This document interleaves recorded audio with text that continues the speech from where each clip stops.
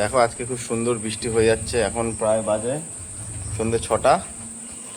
তো আজকে বাড়িতে কিছু রান্না হতে চলেছে, তো দেখা যাক আজকে কি রান্না হয়।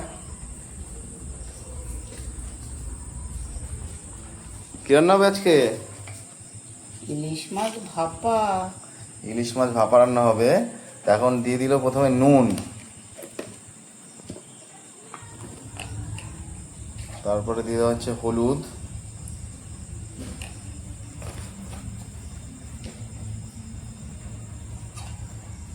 এটা হচ্ছে কাঁচা লঙ্কা বাটা, এটা হচ্ছে পোস্ত বাটা। আচ্ছা না, এখানে পোস্ত আর কাজু মেশানো আছে, কাজু পোস্ত বাটা। এটা হচ্ছে কালো সর্ষে বাটা, কালো সর্ষে, সাদা সর্ষে। আর এটা হচ্ছে সাদা সর্ষে বাটা। যাই হোক বন্ধুরা, আমি ঠিকঠাক বলছি কিনা তোমরা বলো, যদি কোনোটা ভুল হয় অবশ্যই তোমরা কারেকশান করে দিও কমেন্টে। তো এখন আরেকটা জিনিস দেওয়া বাকি, সেটা হচ্ছে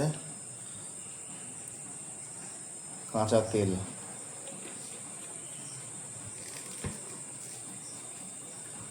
সব দিয়ে প্রথমে ইলিশ মাছটাকে ভালো করে মেখে নিতে হবে।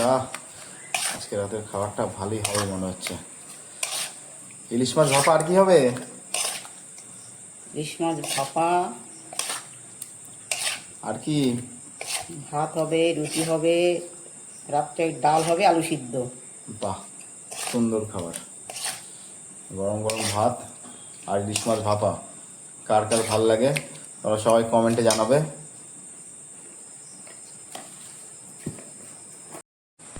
তার মধ্যে অল্প একটু চিনিও দেওয়া হলো। তোমরা কে কে চিনি দিয়ে ইলিশ মাছের মধ্যে খেয়েছো সেটাও জানাবে।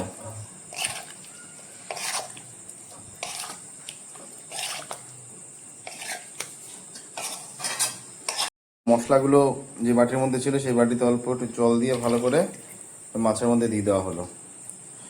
এটাকে ভালো করে নেড়ে নিচ্ছে। কি সুন্দর সর্ষের গন্ধ।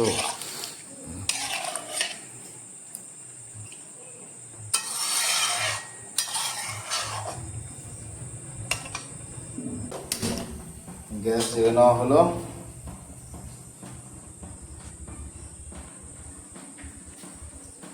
এখন কড়াইয়ের মধ্যে ইলিশ মাছগুলোকে দিয়ে গ্যাসটা জেলে এটা কতক্ষণ রাখা হবে? 20 মিনিট। আচ্ছা, এখন এটা 20 মিনিট এভাবে রাখা হবে। ঠিক আছে বন্ধুরা, দেখো তো 20 মিনিট পর আবার ফিরে আসছি।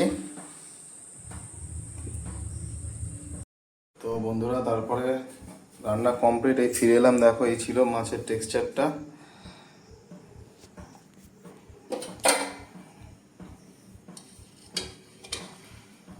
এই দেখো মাছ। তো রেসিপিটা কেমন লাগলো তোমরা জানিও, আর অবশ্যই তোমরা বাড়িতে ট্রাই করো।